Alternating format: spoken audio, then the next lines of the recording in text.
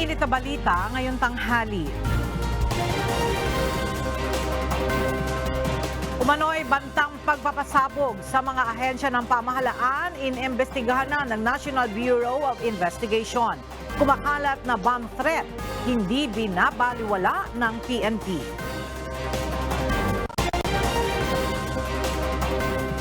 Ten-year Maritime Industry Development Plan 2028 inaprubahan na ni PBBM.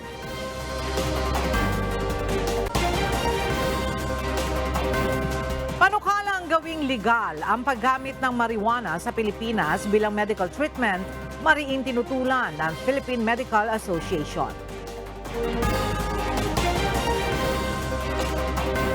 Bilang ng mga nasawi sa landslide sa Maco Davao de Oro sumampa na sa 68. Kamara iimbestigahan ang nangyaring aksidente.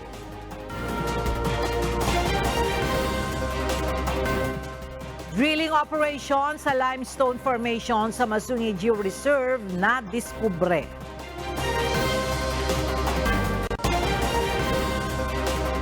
At water park na under construction sa Sweden nasunog.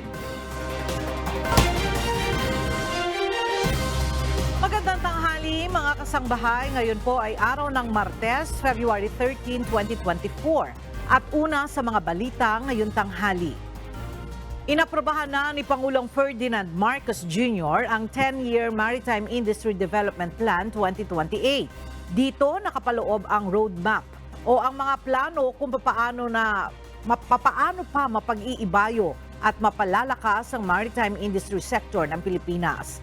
Sa ilalim ng naturang executive order, inaatasan ang Marina Board na mag-adopt sa mga sistema para sa epektibong implementasyon, monitoring at review ng plano at mga programang nakapaloob sa roadmap.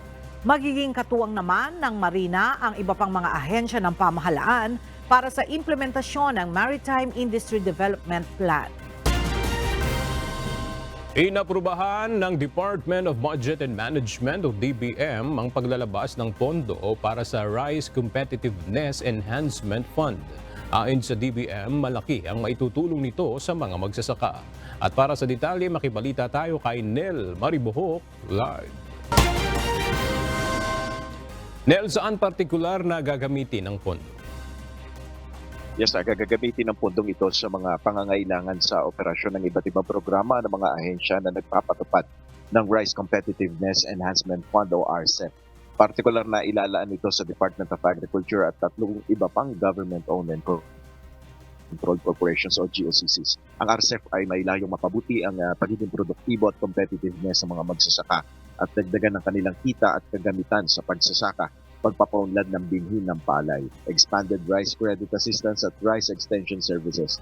Tiniyak ni Budget Secretary Amenah Pangandaman na patuloy na susuportahan ng mga programa na makapagpapalakas sa produksyon ng agriculture sector kabilang na ang bigas upang maisulong ang food security sa ilalim ng administrasyon ni Pangulong Ferdinand Marcos Jr.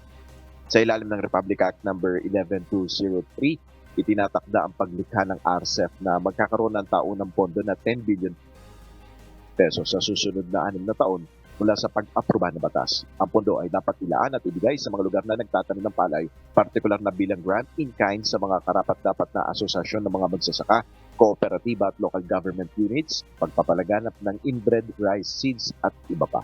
Yan muna ang ating update. Balik sa iyo, Aga. Maraming salamat, Nel Maribohok. Bilyong pisong halaga ng pamumuhunan ang nagkaroon na ng katuparan na mula sa foreign trips ni Pangulong Ferdinand Marcos Jr. Sa kabila nito, ayon sa isang ekonomista, maaaring maapektuhan ang kumpiyansa ng mga investor at negosyante sa Pilipinas dahil sa mga isyung politikal, kabilang na ang pagsusulong ng paghihiwalay ng Mindanao sa Pilipinas. Nagbabalik si Nel Maribohok. Isa sa mga ikinokonsidera ng mga negosyante o investors ang estadong politikal o mga nagbabagong polisiya sa bansa. Kaya naman ayon kay RCBC Chief Economist Michael Ricafort, ang paghihiwalay ng Mindanao sa Pilipinas ay maaaring makaapekto sa kumpiyansa ng mga mamumuhunan sa Pilipinas. Kung sakaling matuloy ang secession, magkakaroon ng sariling gobyerno ang Mindanao. Kaakibat nito ang sariling batas o polisiyang maaaring makaapekto sa mga nagnenegosyo. Kumbaga, yun yung nasa sanligang batas. Kung Pilipinas yung approach, no? So, ganun din yung mga investors when it comes to assessing the country na intact yun. Pati yung, syempre, yung mga mamumuhunan, no? Walang disruption, walang uncertainty. Yun ang importante sa kanila. At papatuloy silang kikita. Pero sa ngayon, ayon kay Rica Fort, batay na rin sa mga lumalabas na datos, nananatili ang malaking tiwala ng mga mamumuhunan at negosyante sa Pilipinas. Batay sa panibagong ulat ng Bangko Sentral ng Pilipinas, umakyat sa $1 billion ang foreign direct investment noong November 2023, mas mataas ng 27.8% kumpara sa Nobyembre 2022. More than $1 billion, medyo relatively malaki yung bihira kasi na lalagpas sa 1 billion sa loob ng isang buwan yung foreign direct investment. Ganda naman yung fundamentals ng bansa natin. Sa datos naman ng Department of Trade and Industry, $14 billion na ng investment na nakuha ni Pangulong Ferdinand Marcos Jr. mula sa foreign trips ang naisakatuparan na. Nel Maribuhok, UNTV News and Rescue, Diyos ang aming sandigan, serbisyo publiko ang aming pinahalagahan. Tiniyak ni Vice President at Education Secretary Sara Duterte na nananatiling maayos ang kanyang relasyon kay Pangulong Ferdinand Marcos Jr. Sa panayam kay VP Sara sa kanyang pagdalo sa Southeast Asian Ministers of Education Organization Council sa Malaysia, sinabi ng Vice Presidente na walang problema sa pagitan nila ni PBBM mapapersonal o working relationship. Tumanggi namang magkomento si VP Duterte nang tanungin kung kamusta ang kanyang relasyon kay First Lady Liza Marcos. Nauna nang binanata ni dating Pangulong Rodrigo Duterte at Davao City Mayor Sebastian Duterte si Pangulong Marcos kung saan pinaratangan nito na gumagamit ng iligal na droga si PBBM at nanawagang mag-resign na sa pwesto. Nangangailangan ng sapat na panahon ang usapin sa charter change upang mapag-usapan at mapag-aralan ayon kay Senate President Juan Miguel Zubiri. Dagdag ni Senator Sani Angara, hindi ito isang bagay na dapat madaliin lalo na pinakamahalaga o pinakamataas na batas sa bansa ang pinag-uusapan dito. Maganda rin anya itong napapakinggan ng ating mga kababayan upang magkaroon ang lahat ng kamalayan sa mga nangyayari. Narito ang report ni Jed Neresina. Magandang may alam ang publiko. Ganito ang pahayag ni Senator Juan Edgardo Sani Angara kaugnay ng kasalukuyang pagdinig sa isinusulong na charter change. Aniya maganda ang pagkakaroon ng collective dialogue nang makapag-isip din ang publiko kaugnay sa naturang issue. Sa akin, maganda to para sa ating mga kababayan dahil naririnig nila yung mga argumento, makapag-isip din sila at sana magdebate din sila among themselves ano yung tama para sa atin. Para may collective, kumbaga ang pakay natin dito, may collective dialogue tayo within the whole country. Mahalaga rin na mapag-usapan ito ng mas detalyado at hindi lang sa politikal na probisyon iikot ang mga pagdinig. I think it's good to go through the exercise kasi first time ito na pag-uusapan na detalyado eh. Lagi yung usapin nagfo-focus o nagsisentro dun sa political na provision. Yung dapat ba magkaroon ng parliamentary system. Hindi pa klaro ang pakay ng People's Initiative ayon kay Senator Angara. Ngunit makakabuti at di naman ito umano makakasakit sa ekonomiya ng bansa. Yung PI, hindi nakakatulong yun kasi hindi talaga klaro ano yung pakay ng PI. Di ba? Ang pakay niya, parang 2 stages yan eh. Yung unang estado, iayusin yung pagboto na House lang ang boboto. Pangalawang estado, walang may alam ano talaga yung babaguhin. Kaya tayo dito, walang risk ito, walang pinsala sa ekonomiya dahil ang pinag-uusapan ay palagay ko makakabuti, hindi makakasakit sa ekonomiya. Matapos ang ilang pagdinig, may ilang mga nakukumbinsi na rin sa Chacha, ngunit ang iba ay mas tumitibay ang pagtutol dito. Ayon sa senador, ito talaga ang demokrasya kung saan walang pilitan at hindi nababayaran ang kung anumang posisyon ng isang tao sa issue. Palagay ko may nakukumbinsi, merong tumitigas din yung kanilang posisyon against. Tingin ko, kasi kita mo yung resource persons, iba-iba yung mga sinasabi eh. So talagang what we're seeing is, ito talaga yung demokrasya. Kung hindi man ito matuloy, ay mayroon pa rin aniya itong mabuting naidulot sa bansa. Maaari itong balikan sa mga susunod na panahon, kaya sinisiguro na komprehensibo at magagaling ang mga kinukuhang resource person kaugnay ng issue. Kung di tayo nagtagumpay dito, hindi natin nakuha yung 18 boto, andyan yung records, di ba? So future generations can decide. Jed Neresina, UNTV News and Rescue. Diyos ang aming sandigan, serbisyo publiko ang aming pinahahalagahan. Pinangunahan ng Commission on Elections officials ang kick-off o pagsisimula ng muling pagbubukas ng voter registration sa bayan ng Kalayaan sa West Philippine Sea kahapon. Ayon sa COMELEC at Armed Forces of the Philippines, ang hakbang na ito ay patunay at pagpapakita ng ating karapatan sa lugar na kasama sa mga inaangkin ng China. Narito ang report ni Dante Amento. Hindi hadlang ang layo. Ito ang pinatunayan ng Commission on Elections o COMELEC nang sadyain ang bayan ng Kalayaan sa West Philippine Sea kahapon. Mismong sina Chairman George Erwin Garcia at Commissioner Ernesto Ferdinand Maceda Jr. ang pumunta sa lugar para sa kick-off o opisyal ng pagsisimula ng voter registration sa buong bansa kahapon, February 12 at tatagal ng September 30, 2024. May mahigit 500 rehistradong botante ang Kalayaan Municipality. Ito ang Pag-asa Island na nasa loob ng munisipalidad ng Kalayaan na sinasabing puso ng West Philippine Sea. Mayroon lamang itong mahigit 1,000 mga residente pero sadyang pinuntahan ng mga tauhan ng Commission on Elections alang-alang sa ating mga kababayan na marehistro para sila ay makaboto. Mainit na sinalubong ng mga residente, mag-aaral at guro ang COMELEC sa kanilang pagdating. Sinaksihan ng komisyon ang pagpaparehistro ng ating mga kababayan. Ang ilan sa kanila ay galing pa ng ibang lugar at lumipat sa isla. Ang kanilang paniniwala, mahalaga ang kanilang bawat boto kaya sila nagparehistro. Transfer po, sir. Dito na po kasi kami. Andito po kasi mga anak ko nag-aaral. Kaya yung mister ko, andito na po lahat ng pamilya namin. Ang mahalaga po makaboto kasi po para maging tunay akong Pilipino. Magandaan nila sa lugar at nararamdaman nilang sila ay ligtas. May mga tauhan ng Armed Forces of the Philippines o AFP at Philippine National Police na nagbabantay kasama ang Philippine Coast Guard. Binigyang diin naman ng COMELEC na patunay o simboliko ng kanilang pagpunta sa lugar na teritoryo ng Pilipinas ang Kalayaan Island. Ito ay may lokal na pamahalaan at mga halal na opisyal para paglingkuran ang kanilang mga nasasakupan. Wala namang kaduda-duda, ang kinatatayuan nating lupang ito ay lupa at pag-aari ng Pilipinas. The fact na nandito ang COMELEC, nagpaparehistro tayo ng ating mga kababayan, mga Pilipino, nangangahulugan Pilipinas ito. Sinabi pa ng Western Command ng AFP na magiging ligtas ang kabuuan ng voter registration sa lugar.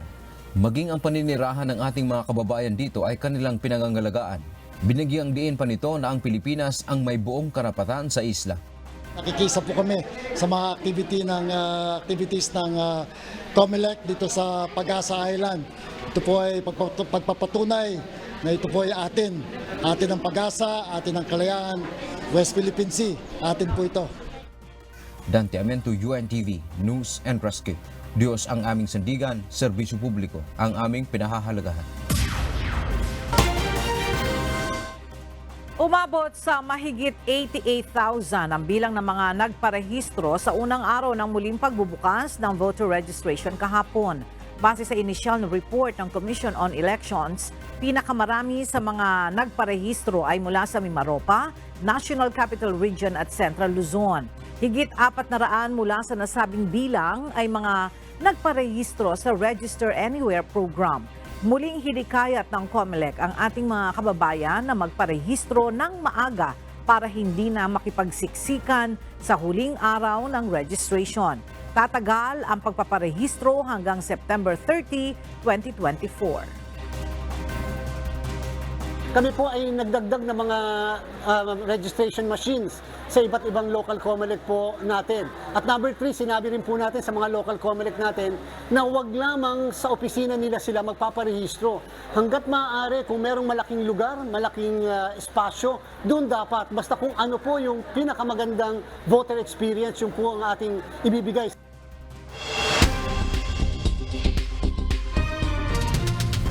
Roundup Balita. Binisita ni Pangulong Ferdinand Marcos Jr. ang mga sugatang sundalo na may mahalagang papel sa operasyon laban sa Dawla Islamiyah Mauti Group o DIMG. 4 sa mga ito ay pinagkalooban ng medalya ni PBBM. Binigyan rin ni Pangulong Marcos ang 12 sugatang sundalo ng Special Financial Assistance. Ang mga sundalong ito ang sumagupa sa DIMG na sangkot sa pambobomba sa Mindanao State University noong nakaraang taon. Ini-appoint ni Pangulong Ferdinand Marcos Jr. si Maria Lourdes D. Doria Velarde bilang acting member ng Board of Trustees ng Home Development Fund o Pag-ibig. Kakatawanin niya ang private employer sector. Pinalitan ni Doria Velarde sa pwesto si Myla R. Roque, asawa ni dating presidential spokesman Harry Roque. Nadiskubre ng Philippine Coast Guard ang illegal logging activity sa Sitio Marirong, Barangay Suwangan, Quezon, Palawan. Katuwang ang puwersa ng Department of Environment and Natural Resources, Bantay Dagat at PNP Maritime Group, natuklasan ng mga otoridad ang tinatayang nasa 15 cubic meters ng illegally felled mangrove trees. Gayunman, walang nadatnan na mga suspect sa lugar. Sa ngayon ay nagsasagawa na ng investigasyon ang DENR Quezon upang matukoy at mapapanagot ang mga nasa likod ng iligal na pamumutol ng mga puno. Ipinasara ng Department of Migrant Workers o DMW sa pakikipagtulungan ng Makati Police ang isang consultancy firm sa Makati City na iligal na nagre-recruit ng mga Pinoy para magtrabaho sa mga factory sa Poland. Ayon sa ulat ng Migrant Workers Protection Bureau o MWPB, nag-aalok ang Belmune sa mga prospective applicant nito bilang factory worker kapalit ng all-in payment na hindi bababa sa 165,000 pesos. Gagamitin umano ang pera para sa pagpoproseso ng mga dokumentong kakailanganin at referral sa foreign partner agency. Hinimok din ng DMW ang iba pang mga aplikante na naging biktima ng Belmune na mag-file ng kaso laban sa consultancy firm. Iniimbestigahan na ng National Bureau of Investigation ang issue kaugnay ng bomb threat sa mga ahensya ng pamahalaan kung saan may ilang mga paaralan din ang nakatanggap ng bantang pambobomba. Sinasabing nagmula ang bomb threat sa email ng isang nagpakilalang Japanese lawyer. Mula sa Pasay City, makibalita tayo kay Dante Amento live. Dante, may development na ba dito sa isinasagawang investigasyon ng NBI ukol sa bomb threat na natanggap ng mga ahensya ng gobyerno at maging ng ilang mga eskwelahan? Magandang tanghali, Aga. Sa ngayon ay wala pang update na ibinigay ang National Bureau of Investigation o NBI. Pero kasunod na aga ng utos ni Department of Justice to DOJ Secretary Crispin Rimulya, agad na nagsagawa ng investigasyon ang National Bureau of Investigation hinggil sa banta ng pambobomba o bomb threat laban sa mga tangkapan at maging sa local government unit mula sa isang unverified email account. Nagpakilala ang di kilalang email sender na Takahiro Karasawa, umano'y isang Japanese lawyer.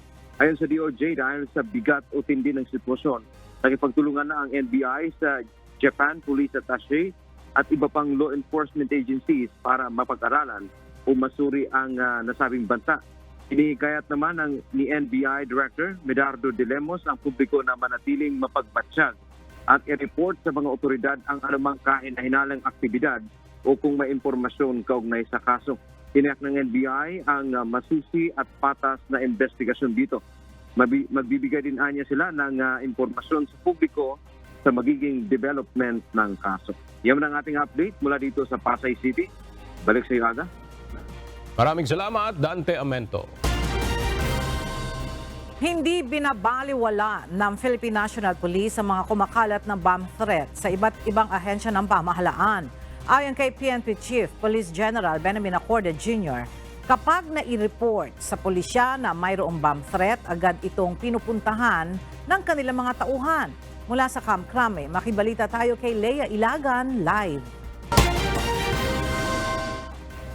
Leia, ano ang ginagawang hakbang ng PNP kaugnay dito?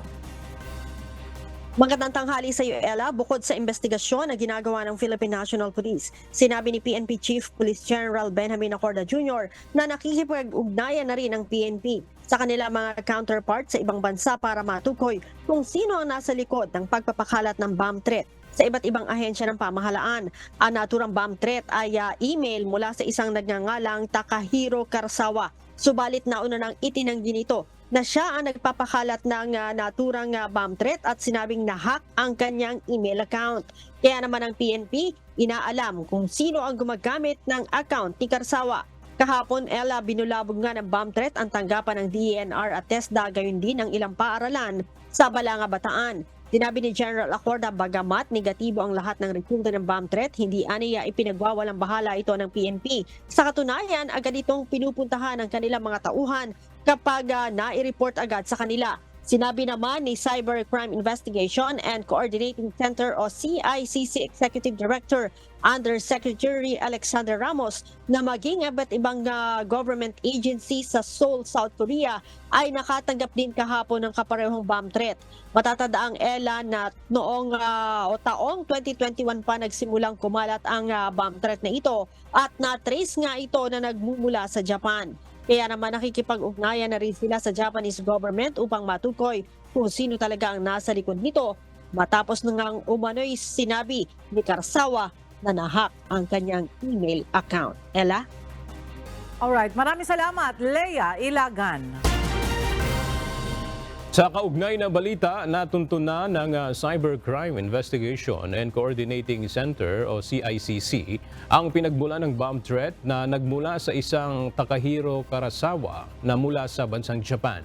Base sa inisyal na impormasyon ng mga otoridad, nahak umano ang email na ginamit sa pagpapakalat ng bomb threat. Samantalang nakikipagtulungan na ang Embahada ng Japan sa Pilipinas hinggil sa nasabing insidente. At para sa kabuuang ulat, abangan mamaya ang iba pang mga detalye sa Ito ang Balita. Inaprobahan na ng House Committee on Games and Amusements ang panukalang nagbabawal sa Philippine Offshore Gaming Operators o POGO. Bunsod ito ng mga iniuugnay na criminal activities at banta sa kapayapaan at seguridad ng multi-billion gambling industry. Narito ang report ni Rosalie Coz. Pasado na sa House Committee on Games and Amusements ang panukalang magbabawal sa bansa ng Philippine Offshore Gaming Operators o POGO bunsod ng mga iligal na aktibidad at krimeng iniuugnay sa operasyon nito. Inaprubahan ng komite ang House Bill No. 5082 na inihain ni Manila 6th District Representative Bienvenido Abante. Bukod dito, pinagtibay na rin ng House Panel ang House Resolution No. 1197 na nag-uudyok sa Philippine Amusement and Gaming Corporation o PAGCOR na ipagbawal ang POGO. Batay kay Cagayan de Oro 2nd District Representative Rufus Rodriguez, mahigit 4,000 ang mga biktima ng POGO-related crimes sa unang 6 na buwan ng taong 2023. Kabilang na ang human trafficking, abduction, homicide, illegal detention, kidnap for ransom, robbery, extortion at iba pa. Can you imagine, Mr. Chairman, the entire gamut of criminal law is already included here, but the felonies under the revised penal code. This one, Mr. Chairman, is one reason why I would say that whatever has been the benefits accrued to our country is has produced a graver concern and problem of peace and order. Batay naman sa PAGCOR, naghigpit na sila sa POGO at nagpatupad ng reforma upang matugunan ang mga iligal na aktibidad na iniuugnay dito. Mula sa kulang 300 licensees noong 2019, bumaba na ito ngayon sa halos 75. Marami na rin sa mga kasalukuyang licensee ang galing sa ilang bansa sa Asia, maging sa Europe at Estados Unidos, na ayon sa PAGCOR, source din ng trabaho para sa ibang mga kababayan. Pero sa namomonitor namin, ito pong since the last quarter of 2023 hanggang dito po sa unang buwan ng Enero, malaki na po ang tunay na nabawas dito sa mga nabanggit ni Congressman Rodriguez na mga criminal activities na ito. Kumbaga po, ang una naming ginawa, ay salain talaga lahat ng mga licensees at yung pong pinag-apply namin sila muli, nagkumuha po ang PAGCOR ng isang third-party probity checker who would assess each and every company who reapplied and then recommend to us if they were worthy to be given a license. Pinalitan na rin ang tawag sa POGO at ginawa ng Internet Gaming Licensing o IGL. Suportado naman ng iba pang ahensya ng pamahalaan ang pagbuwag sa POGO, gaya ng Department of the Interior and Local Government, National Economic and Development Authority at iba pa. Ayon naman sa Philippine National Police o PNP, suportado nito ang panukalang iba ng POGO sa bansa kung hindi regulated ang operasyon nito. Rosa Licoz, UNTV News and Rescue. Diyos ang aming sandigan, serbisyo publiko ang aming pinahahalagahan. Mariing tinututulan ng Philippine Medical Association ang planong gawing legal ang paggamit ng cannabis o marijuana bilang medical treatment dito sa Pilipinas. Giit ng mga doktor, bagaman may benepisyo, mas marami pa rin ang panganib na maaring idulot ang paggamit nito. Mula sa Quezon City, makibalita tayo kay Gladys Tuabi live. Gladys, ano yung paliwanag ng PMA Coalition hinggil dito sa planong gawing legal sa Pilipinas ang paggamit ng marijuana bilang medical treatment? Aga, bilang mga physicians, binigyang diin ng PMA ang kanilang tungkulin na naglalayong protektahan at pangalagaan ang interes ng kanilang mga pasyente. Ngayong araw ay nag-ipon-ipon ang Physical Medical Association Coalition para pag-usapan ang panganib o masamang epekto na maaaring idulot sa paggamit ng marijuana ng isang tao, lalong-lalo na sa mga kabataan. Sinasabing ang paggamit nito ay nakaaapekto sa pag-iisip ng isang tao. Maaari din itong pagmulan para mag-develop ng bisyo ang isang individual gaya ng pagkalulong sa droga, alak at iba pa. Aga, ayon sa koalisyon, hindi totally safe ang paggamit ng medical cannabis bilang gamot dahil sa side effects nito gaya na lamang ng pagkahilo, pagsusuka at kumbulsyon. Yan muna ang ating update mula rito sa Quezon City. Balik sa iyo dyan, Aga. Maraming salamat, Gladys Tuabi. Bago pa man mangyari ang landslide sa barangay Masaramaco, Davao de Oro nitong February 6, matagal na umanong may no-build zone recommendation sa lugar. Dahil dito, iniimbestigahan ngayon ng mga otoridad kung bakit pinayagan pa rin pagtayuan ng mga istruktura at mga bahay ang pinangyarihan ng landslide. Narito ang report ni Lucilio Ren. Maraming mga lugar sa Davao de Oro ang highly susceptible o malaki ang posibilidad na magkaroon ng landslide o pagguho ng lupa. Isa na rito ang Barangay Masara sa Maco, Davao de Oro kung saan naganap ang malawakang landslide sa probinsya noong nakaraang linggo. Paliwanag ng Mines and Geosciences Bureau Region 11, bukod sa matarik, malambot ang mga lupa sa lugar. Ang mga lupa kasi dyan is made up of volcanic plastics, no? So ito po yung mga bato dati na sa pagputok ng mga bulkan, and it is easily being weathered and eroded. The structure, when we say structure, we are talking about possible inferred fault lines or splays of the Philippine Fault Zone. Matapos ang landslide sa Barangay Masara noong 2007 at 2008 na kumitil sa buhay ng hindi bababa sa 20 individual, inirekomenda na ng MGB na no-build zone o hindi na dapat pangtayuan ng anumang estruktura ang lugar. Gayunman, hindi ito naipatupad. Masaklap na patunay nito ang mga biktima ng malawakang landslide sa barangay nitong nakaraang linggo. Ayon kay Davao de Oro 2nd District Representative Roel Peter Gonzaga, umuusad na ang investigasyon kung bakit hindi na ipatupad ang no-build zone sa lugar. Ngayon po, ongoing po yung investigation committee hearing. Ayan, crisis committee, nagmamit po sila, kinukuha po natin yung data from the NGB kung ano talagang history at ano po talaga yung directive nila sa lugar na yan. Ayon naman kay Davao de Oro Governor Dorothy Gonzaga, isa sa prioridad nila ngayon ay ang agad na mahanapan ng ibang lugar na malilipatan ang mga apektadong residente, lalo na ngayong hindi magamit ng mga estudyante ang mga paaralang ginagamit na evacuation center ng mga lumikas. Hihirapan lang po tayo talaga sa MACO kasi wala pang definite na recommendation ang MGB kung saan natin sila pwedeng ilipat. Lucilio Ren, UNTV News and Rescue. Diyos ang aming sandigan, serbisyo publiko ang aming pinahahalaghan. Inihain ng ilang mambabatas ang House Resolution number 1586 na layong imbestigahan ang nangyaring pagguho ng lupa sa Davao de Oro. Nais ding repasuhin ng mga ito ang mga umiiral na batas na pinatutupad ng Mines and Geosciences Bureau. Mula sa House of Representatives, makibalita tayo kay Rosalie Coz live. Rosalie, may particular na bang petsa kung kailan isasagawa yung pagdinig ng Kamara kaugnay ng Davao de Oro landslide? Aga kinakailangan munang dumaan sa first reading ang inihaing House Resolution number 1586 bago i-refer sa kinauukulang House Committee at ma-schedule para sa pagdinig.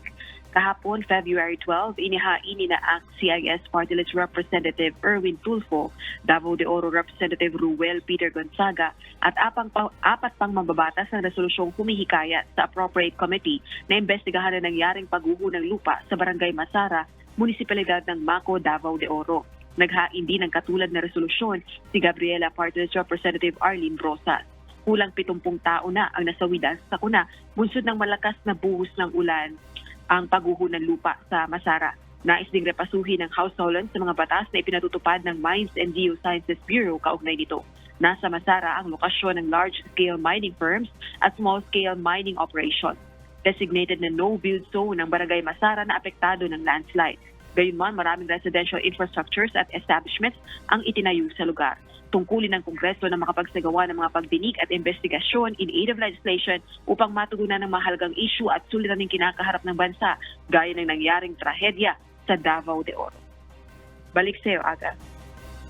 Maraming salamat, Rosalie Coz.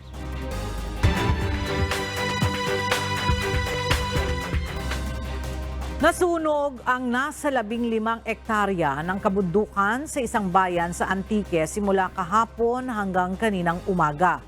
Sa ngayon, patuloy na iniimbestigahan ng Bureau of Fire Protection kung saan nagmula ang forest fire. At para sa detalye, makibalita tayo kay Lalaine Moreno live. Lalaine, may mga ari-arian ba o mga residente na naapektuhan ng forest fire sa Antique? Ayon sa Bureau of Fire Protection Antique, walang ari-arian o anumang mga residente o sino mang mga residente ang nasaktan o nasawi dito sa nangyaring forest fire dyan sa bahagi ng Anine. Ayon sa BFP, nasa 1 kilometro ang layo nitong mga sunog sa residential areas.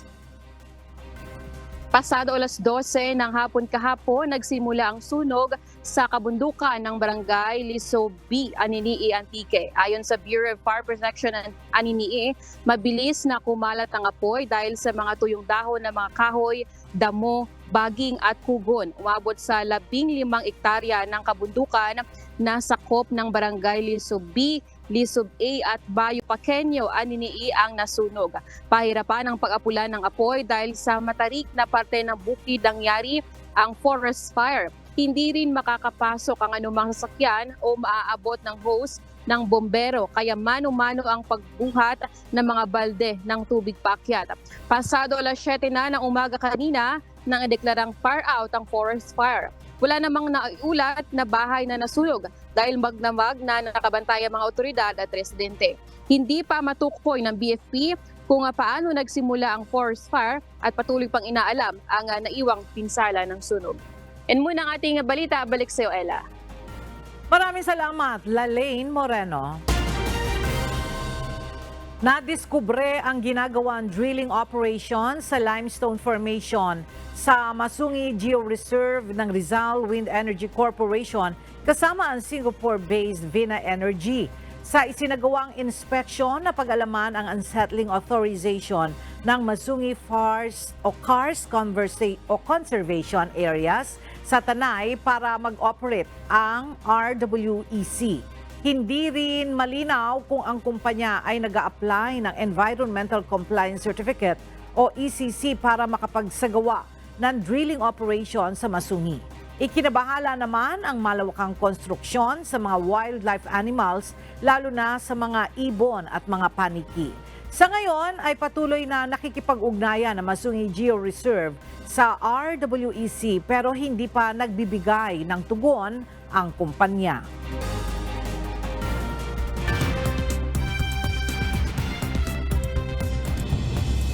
Nasunog ang isang water park na under construction sa pinakamalaking amusement park sa Sweden. Kita sa video na posted sa social media ang makapal at maitim na usok na dulot nito. Batay sa ulat, 12 tao ang isinugod sa ospital dahil sa minor injuries, samantalang isa ang nawawala. Inilikas ang mga taong nasa isang hotel at kalapit na tanggapan at binalaan ang mga residenteng manatili muna indoors dahil sa usok. Hindi pa tukoy ang dahilan ng sunog. Nakipagbulong si US President Joe Biden sa hari ng Jordan na si King Abdullah sa White House araw ng Lunes, February 12. Matagal ng kaalyado ng Estados Unidos ang Jordan na nanawagan din ng Gaza ceasefire. Nangyari ang pagpupulong sa gitna ng pagiging vocal ni President Biden sa pagtutol sa pagsasagawa ng Israel ng ground offensive sa Rafah City, Gaza. Ito ay kung walang malinaw na planong proteksyon sa Palestinian civilians na nasa lungsod. Inaasahan namang hihikayatin ng Jordan's King si Biden na suportahan ang isang agarang tigil putukan. Kinansila ni U.S. Defense Secretary Lloyd Austin ang nakatakda nitong pagbiyahe sa headquarters ng North Atlantic Treaty Organization o NATO matapos muling i-admit sa ospital sa ikatlong pagkakataon sa loob ng ilang buwan. Nasa isang critical care unit si Austin sa isang Washington, D.C. area hospital. Ayon sa Pentagon, nahaharap ito sa isang bladder issue na kailangang agad gamutin. Dagdag pa nito, inaasahang makababalik sa pagganap ng kanyang tungkulin ang kalihim araw ng Martes, February 13. Pansamantalang gagampanan ng kanyang deputy ang naiwan niyang duties.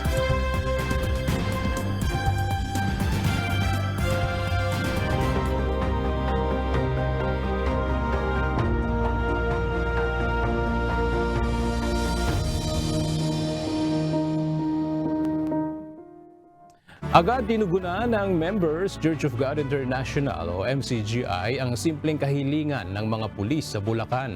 Ayon sa kanila, nakakaantig sa damdamin kahit ang mga simpleng bagay na kanilang natatanggap bilang pag-aalala sa kanila ng ating mga kababayan na kanilang pinagsisilbihan.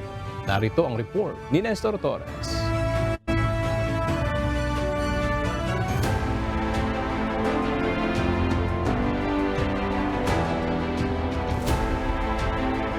Yung request ko na bulkap para sa aking mga kapulisan ay natupad. Na-award na lahat yung mga bulkap na request ko. Hindi lang doon sa mga personnel ko na officers, kundi pati yung mga PNCOs na bigyan lahat. Tuwang-tuwa ang ating kapulisan dito sa Bulacan.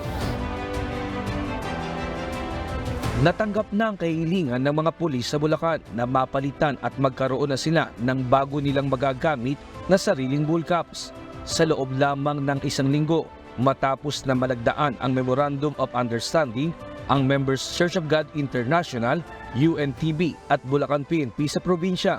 Sa flag raising ceremony ng Bulacan PNP ay kinumpleto na ng MCGI ang karagdagang 200 bullcaps na personal na magagamit ng mga alagad ng batas sa lalawigan.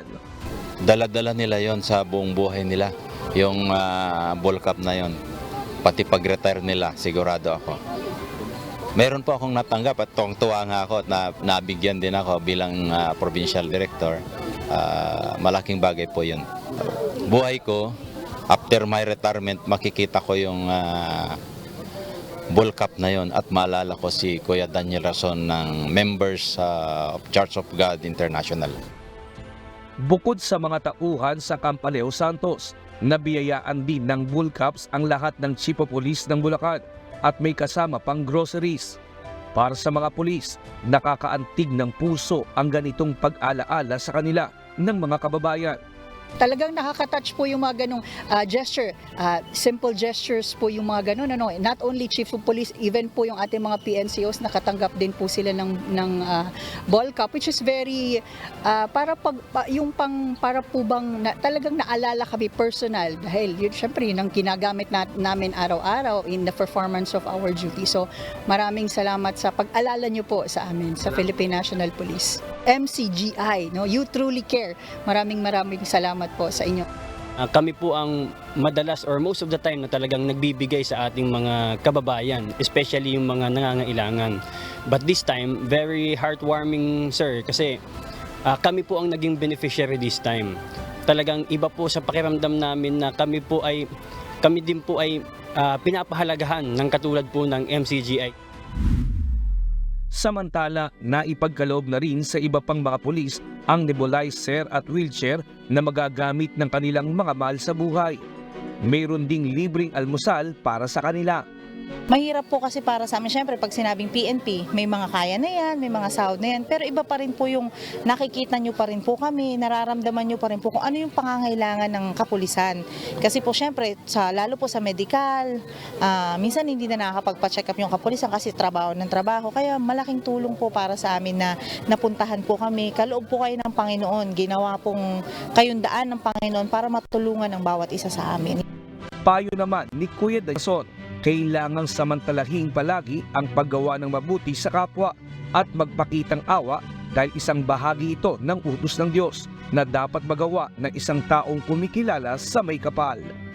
Ito po'y obligasyon, and this is one of the reasons why we deemed it necessary para po sa amin na sundin yung aral na sinasabi ng Diyos na maging pananagutan ng bawat isang kumikilala sa salita ng Diyos na kung merong kang kakayahan, merong kang magagawa, nakikita mo ang kapatid mo na nangangailangan, huwag mong ipagkakait ang iyong awa. Sapagkat hindi ka pananahanan ng pag-ibig ng Diyos kapag ka pinagkaitan mo ng awa, yung nangangailangan ng awa, kung mayroon ka namang magagawa. Ang sabi po doon sa Santiago 2:13, walang awa. Walang awa sa hindi nagpakita ng awa. Kung ibig natin tayo'y kaawaan, matuto tayong maawa. Nestor Torres, UNTV News and Rescue. Diyos ang aming sandigan, serbisyo publiko ang aming pinahahalagahan.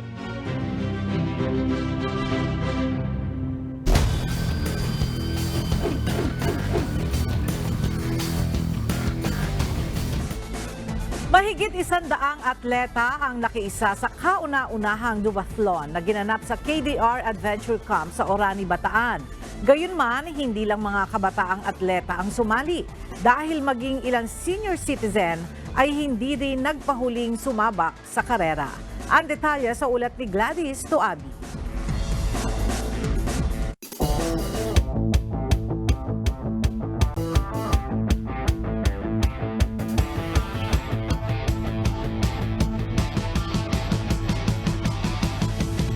Determinasyon at disiplina sa sarili. Ito ang mga katangiang dala-dala ng mga atleta. Sa tuwing sasabak sa isang kompetisyon, gumugugol din sila ng oras o panahon sa pag-iensayo upang ikondisyon ang sarili. Kailangan kasing may sapat na paghahanda ng pag-iisip at pangangatawan ang bawat kalahok na sasali sa karera. Kahit matatanda ay nakipagsabayan sa kauna-unahang duathlon dito sa KDR Adventure Camp, kung saan nasubok ang galing, bilis, tibay at katatagan ng pangangatawan ng bawat atleta. Run, bike, run again. Nasa 168 atleta ang sumaba. sa isinagawang duathlon sa KDR Adventure Camp kahapon. May ilang first-timer at may batikan ding sumali sa palaro. Ayon kay KDRAC Duathlon Route Director Glenn Labong, ang mga rutang inihanda ay hindi lang para sa challenge.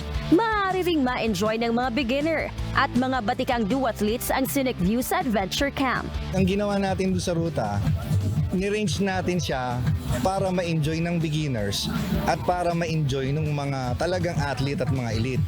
Merong siyang challenge pero at the same time, safe pa rin siya para sa mga beginners. Ang multi-sports kasi, sa experience ko, sa ilang mga naatinan ko, napakaganda ng community ng multi-sports kasi although yun nga, nandun ang competition, yung talagang you race hard, pero meron pa rin enjoyment. Parang everyone is cheering for one another. Nag-race ka na, tumakbo ka na, nag-bike ka na. Itong KDR Adventure Camp, napaka-scenic, malapit na malapit ka sa nature. Nandyan yung mga puno, may mga overlookings, tapos makikita pa ng mga participant yung course ng Titans. Ang ganda po niya, maganda yung pinipresent ng KDR Adventure Camp. May mga nakatalaga ring medical team sa ruta ng karera upang masiguro ang kaligtasan ng mga kalaho. We make sure talaga yung mga post natin dito is strategically or well planned para sa ganun yung mga participants natin na mga kailangan ng attention medical or first aid management together with the KDR Adventure Camp clinic or medical team, may mga kasama tayong nurses dito. At the same time, meron tayong duty na doktor sa clinic natin. Siyempre, dito sa KDR Adventure Camp, makakasigurado kayo na 100% safe kayo dito because our top priority is their safety. Kaya mapabata o matanda ay hindi nag-alinlangan na makilaho. Challenging man, mayroon pa ring fun and excitement at hindi rin nakukompromiso ang kanilang kaligtasan. Ayon sa ilang kalahok mula sa 50 and above category, maganda sa katawan ang isinagawang duathlon. Nagdududa po dyan kung kaya lang hindi. Try nyo lang po sa mga edad na ganito, kaya pa pala. Yung ano lang po, yung kaya lang ng katawan mo. Kung sa bahay lang, wala po mo tayo sadong ginagawa, kaya tulog lang, tumunta lang dito. Nakakalanghap ng fresh air. Habang tumatakbo, nagre-retic breathing po tayo. Yung heart natin napapasukan ng maganda oxygen yung lungs. Unique at saka international standard po yung klase ng truck na ginagamit po dito. Yung mga trail bike, saka yung running road. Ang galing po. Maganda po sa katawan. Napakasaya po, lalo na kung sa takbo, sa pagbibisikleta, maunahan mo po ang mas bata sa'yo. Nakaka-inspire po eh. In-enjoy ko na lang po yung laro. Hindi po hadlang yung edad. Sikapin po natin. Ito wala pong hadlang na para tayo tumigil sa pagbibisikleta. Bike po tayo. Masiglang katawan natin. Lumalakas tayo. Nakakaiwas pa tayo sa mga karamdaman. Actually, safe na safe lahat. Lahat po ng intersection, mayroon po nag-guide para hindi po maligaw yung lahat ng mga participants. Masyado na challenge kasi ganun pala yung duathlon. May hirap pero may sarap naman at saka safe po yung pinaglaruan kasi bawat kanto mayroon nagbabantay. Tapos alerto sila na tumulong. Ano pa ba ang benepisyo na maaring makuha sa pagsali sa duathlon at iba pang physical and outdoor activities? Ayon sa health expert, sa pagsasanay sa mga ganitong uri ng palaro ay may malaking benepisyo sa pisikal at mental na kalusugan ng isang tao. Good cardio din kasi good cardio exercise din kasi The race itself hindi mo yung titingnan. Ang titingnan mo yung preparation, yung mismong training Kasi kung meron silang regular training at least let's say 3 or 4 times a week nag-easy run sila yung on their own pace, good for the heart yun. So yun yung beneficial para sa mga senior citizen na sumali dito sa ating duathlon. Dun sa mga bata-bata, syempre mas maraming benefits sa kanila lalo na kung meron silang tamang training baga gumaganda endurance nila lalo na kung nag-strength training din sila yung stamina nila so mas beneficial para sa mga bata so mas maganda ma-encourage yung mga kabataan na mag-join agad sa mga ganitong activities para habang bata pa pagtandaan nila mas sila stronger. Dahil sa puspusang ensayo, napapaganda nito ang cardiovascular health kung saan napapalakas ang puso At napapaganda ang daloy ng dugo na malaking tulong para mabawasan ang panganib ng heart disease. Bukod sa cardio, nakatutulong din ito sa weight management, muscle strength, at coordination and balance lalo't multiple muscle groups ang gumagana rito. Nagsisilbi rin itong stress reliever, kaya may magandang epekto sa mental health. At hindi mawawala ang social benefits dahil isa rin itong paraan para makakilala ng ibang tao at makabuo ng pagkakaibigan. Nakuha ni Jeric Angeles ang first place para sa elite category, habang si Joel Estrada Jr. naman sa overall winner sa age group categories. At si Maureen Tabliga na natatanging babae sa elite women's category. Samantala sa darating na March 17, 2024 ay abangan ang panibagong yugto ng Titans. Bagaman andyan ang kompetisyon, nananatili ang camaraderie at sportsmanship. Gladys Tawabi, UNTV News and Rescue. Diyos ang aming sandigan, serbisyo publiko ang aming pinahalagahan.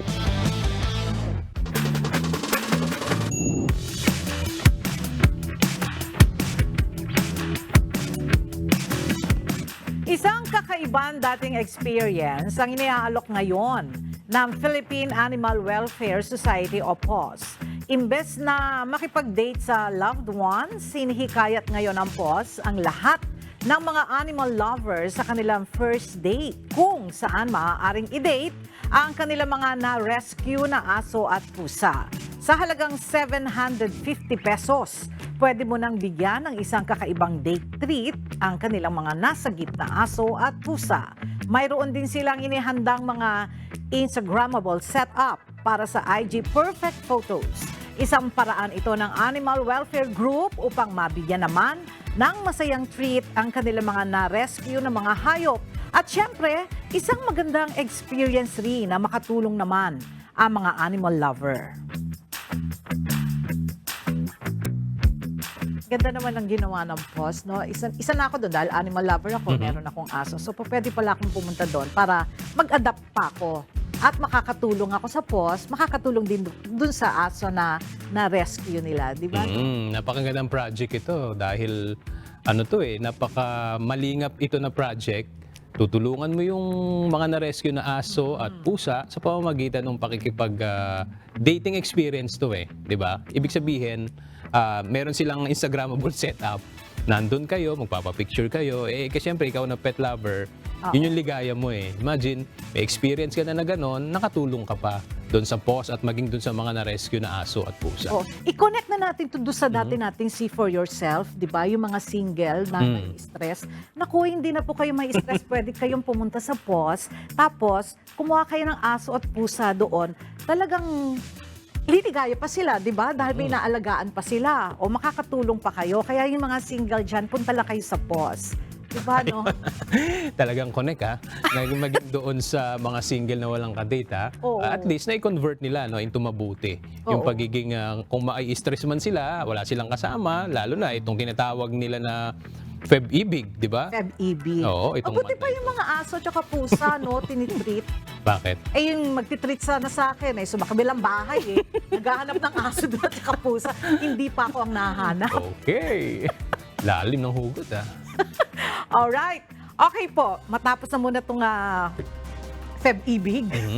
Okay, magkakaroon naman po ng Register Anywhere Project ang Commission on Elections sa Legazpi City, Albay. Inaanyayahan po ang lahat na qualified Bicolanos na nais magparehistro na magtungo sa Bukeng Gymnasium sa Martes, February 20. Bukas ang registration process mula alas 8 ng umaga hanggang alas 5 ng hapon. Bukod sa Legazpi, Albay, tuloy-tuloy din po ang Register Anywhere program ng COMELEC sa iba pang mga mall sa buong bansa, kaugnay ng nagpapatuloy na voter registration. At sa ating pong iiwang mga salita ng Diyos na ating sandigan, mula sa Aklat ng Awit, Kapitulo 25, versikulo 10 na nagsasabi, lahat na landas ng Panginoon ay kagandahang loob at katotohanan sa mga gayon na nangag-iingat ng kanyang tipan at kanyang mga patotoo.